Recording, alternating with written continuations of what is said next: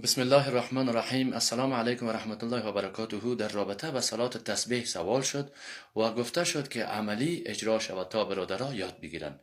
نماز صلات تسبیح بهترین نماز است. رسول اکرم علیه السلام این نماز بر کاکایشان هدیه کردند و در روز یک بار، اگر در روز نمیشه در هفته، و اگر در هفته نمیشه در ماه یک بار، و بالاخره در سال و در عمر یک بار خوانده شود. ثواب بسیار زیاد داره که گناهان انسان را البته میبخشه.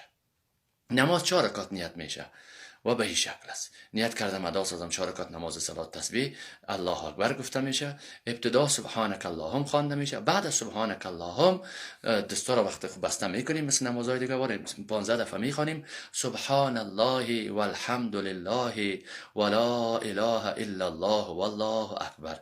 15 دفعه وقتی که اینجا خواندیم باز اعوذ بالله میگیم، بسم الله میگیم، الحمدلله را میخوانیم کتی یک سوره.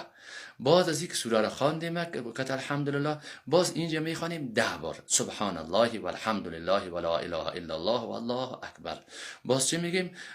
تکبیر میگیم، میریم در رکوع. وقتی که در رکوع رفتیم 3 دفعه سبحان ربی العظیم میخوانیم. بعد از باز 10 دفعه در رکوع میخوانیم سبحان الله والحمد لله ولا اله الا الله والله اکبر. با سمع الله لمن حمیده ربنا لك الحمد میگیم. باز در رکوع دیگه خلاص شد، رکوع را کردیم استاده میشیم، در سجده نمیریم، این میجه باز 10 بار میخوانیم امی کلمه را. باز 10 دفعه خوانیم، باز الله اکبر میگیم، میریم در سجده. در سجده که 3 دفعه گفتیم سبحان ربی الاعلی، باز 10 دفعه در سجده امی کلمه را میخوانیم. باز 10 دفعه خوانیم، باز الله اکبر میگیم، میشینیم. اینمی ششتن جلسه میگن. اینمیجه در بین 2 سجده که به نام جلسه یاد میشه 10 دفعه باز میخوانیم سبحان الله والحمد لله ولا اله الا الله والله اکبر. باز میگیم الله اکبر، میریم در سجده. 3 دفعه که سبحان ربی الاعلی را گفتیم، 10 دفعه باز امی کلمه را میخوانیم. از این خلاص شدیم، باز میگیم الله اکبر، استاده میشیم. که استاده شدیم ابتدا باز 15 دفعه مثل رکعت اول این میجه کلمه را میخوانیم.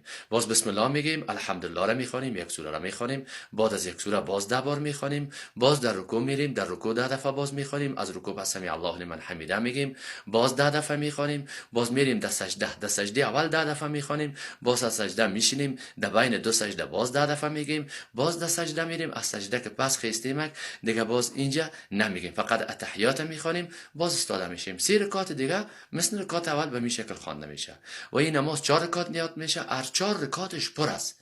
پر به چی مانه؟ یعنی الحمدلله کت یک سوره خوانده میشه. این نماز کوشش کنین که بخونین، علل خصوص در ماه مبارک رمضان، چون در این ماه نفلش برابر به ثوابهای غیر ماهای دیگه پیش الله تبارک و تعالی درجه و مقام داره. لحاظا بندرم از دعایتان فراموش نکنین، شیر کنین تا کسای دیگه هم که یاد ندارن یاد بگیرن و ما شما داخل ثواب شوین. و آخر دعوانا ان الحمدلله رب العالمین.